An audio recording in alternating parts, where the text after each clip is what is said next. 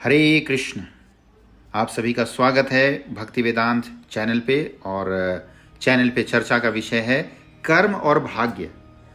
तो आज हम भगवत गीता के श्लोक के माध्यम से समझने की कोशिश करेंगे कि कर्म क्या है और भाग्य क्या है। तो गुरु वंदना करते हैं। ओम ज्ञानतिमिरान्धस्य ज्ञानाञ्जनशलाकया चक्षुरुन्मीलितं येन तस्मै श्री गुरुवे नमः। नमो विष्णुपादाय कृष्णप्रेष्ठाय भूतले श्रीमते भक्ति वेदांत स्वामिनिति नामिने। नमस्ते सरस्वती देवी गौरवाणी प्रचारिणे निर्विशेष शून्यवादी पाश्चात्य देश तारिणे।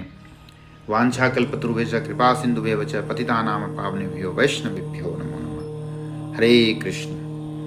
तो जैसे कि चर्चा का विषय है कर्म और भाग्य, तो आज हम समझने की कोशिश करेंगे हमारा कर्म क्या है और भाग्य क्या है, भाग्य कैसे बनता है मनुष्य का। तो भगवान श्री कृष्ण ने कर्म के बारे में 3 अध्याय के 4 श्लोक में कहते हैं, न कर्म नाम नारंभान नैष्कर्म्यम पुरुषोश्नुते न च संन्यासनादेव सिद्धिम समधिगच्छति। श्री भगवान कहते हैं कि न तो कर्म से विमुख होकर कोई कर्म फल से छुटकारा पा सकता है और न केवल संन्यास से सिद्धि प्राप्त की जा सकती है। अर्थात श्री भगवान अर्जुन से कह रहे हैं कि हे अर्जुन, कर्म करना सबसे जरूरी है। इसके बिना इसके कोई भी मुक्त नहीं हो सकता। हमारे बस में सिर्फ कर्म करना, उसका फल क्या मिलता है, कब मिलता है, ये हमारे कंट्रोल के बाहर है। उदाहरण के तौर पर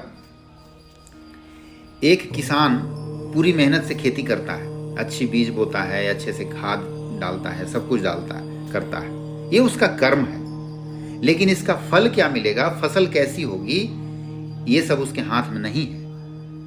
इसी तरह एक स्टूडेंट पूरे साल कड़ी मेहनत करता है, एग्जाम की तैयारी अच्छे से करता है, ये उसका कर्म है।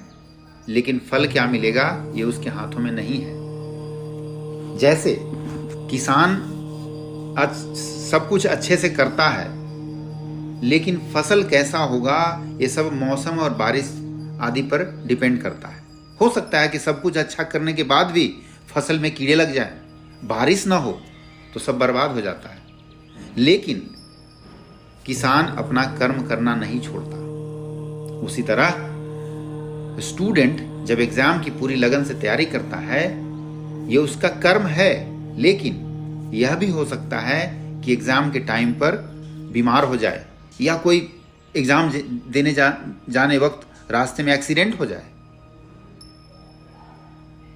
फिर भी उसे कर्म करना नहीं छोड़ना है। क्योंकि जीवन लंबा है और यह जीवन सिर्फ एक एग्जाम से तय नहीं होता।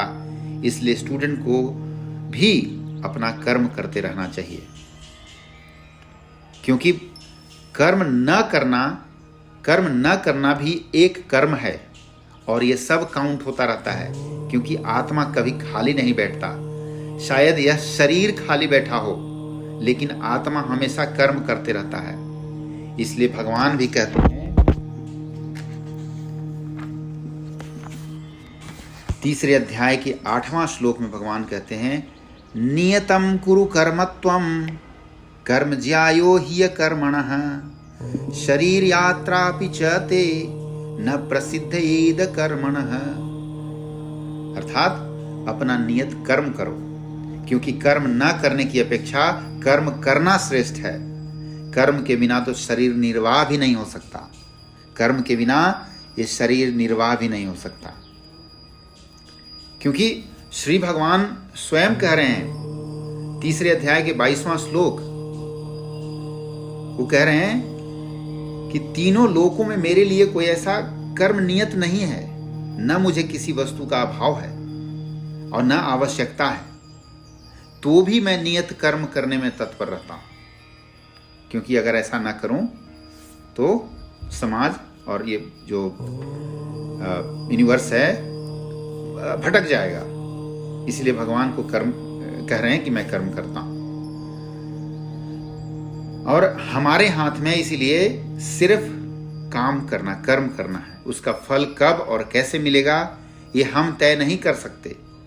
अक्सर ये होता है कि हम अपनी शुरुआती दौर में मनचाहा फल नहीं मिला तो हम कर्म करना ही छोड़ देते हैं, उस पर कोशिश करना छोड़ देते हैं। लेकिन हमें अपने कर्म पर टिके रहना चाहिए। कर्म फल वैसे भी तुरंत नहीं मिलता, लेकिन मिलता है जरूर। कर्मों का फल मिलता है जरूर। कर्म करते हुए सिर्फ कर्म पर फोकस करना, ये हमें भगवद गीता सिखाती है। अब फल की चिंता नहीं करनी है, तभी तो हम अपना बेस्ट दे सकेंगे। और कर्म करने से ही हमारी चित्त शुद्धि अर्थात हृदय शुद्धिकरण होता है। जितना कर्म करेंगे उसी से हृदय शुद्धिकरण होगा, और ये चित्त शुद्धि ही हमें जन्म मृत्यु के चक्कर से मुक्त करता है। जब तक हृदय शुद्धिकरण नहीं होगा, जन्म मृत्यु जरा व्याधि के चक्रों से मुक्ति नहीं मिलेगी। और ये सब तभी संभव है जब हम कृष्ण भावना भावित होते हैं। अतः यदि आत्मा कृष्ण भावनामृत के अपने स्वाभाविक कर्म में निरत रहता है तो वह जो भी करता है उसके लिए वो कल्याणप्रद होता है। इसीलिए जो भी कर्म करें श्री भगवान को समर्पण करते चलें, कृष्ण के लिए कर्म करें, और जब कर्म के साथ भक्ति को जोड़ देते हैं तो वो कर्म योग बन जाता है। और श्री कृष्ण को ऐसे कर्मयोगी बहुत पसंद हैं।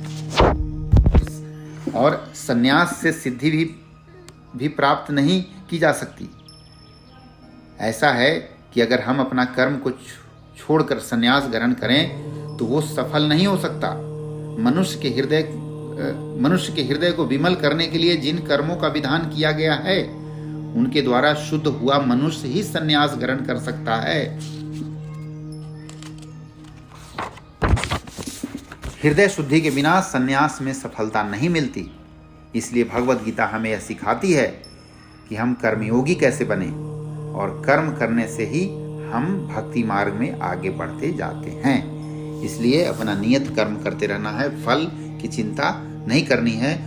कुछ भी कार्य करें, कोई भी कर्म करें, वो भगवान को समर्पित करते हुए चलें। इसलिए आज यहीं पे चर्चा समाप्ति करते हैं, और उम्मीद है कि इससे लाभ होगा। और हम श्री भगवान श्री कृष्ण से प्रार्थना करते हैं कि हम सभी को कर्म योग के मार्ग पर चलने की प्रेरणा और शक्ति प्रदान करें। एक बार महामंत्र का जाप करेंगे। हरे कृष्ण कृष्ण कृष्ण हरे हरे, हरे राम राम राम हरे हरे। बहुत बहुत धन्यवाद अपना समय निकाल के सुनने के लिए, और आगे ऐसे ही सुनने के लिए लाइक कर सकते हैं, सब्सक्राइब कर सकते हैं। धन्यवाद।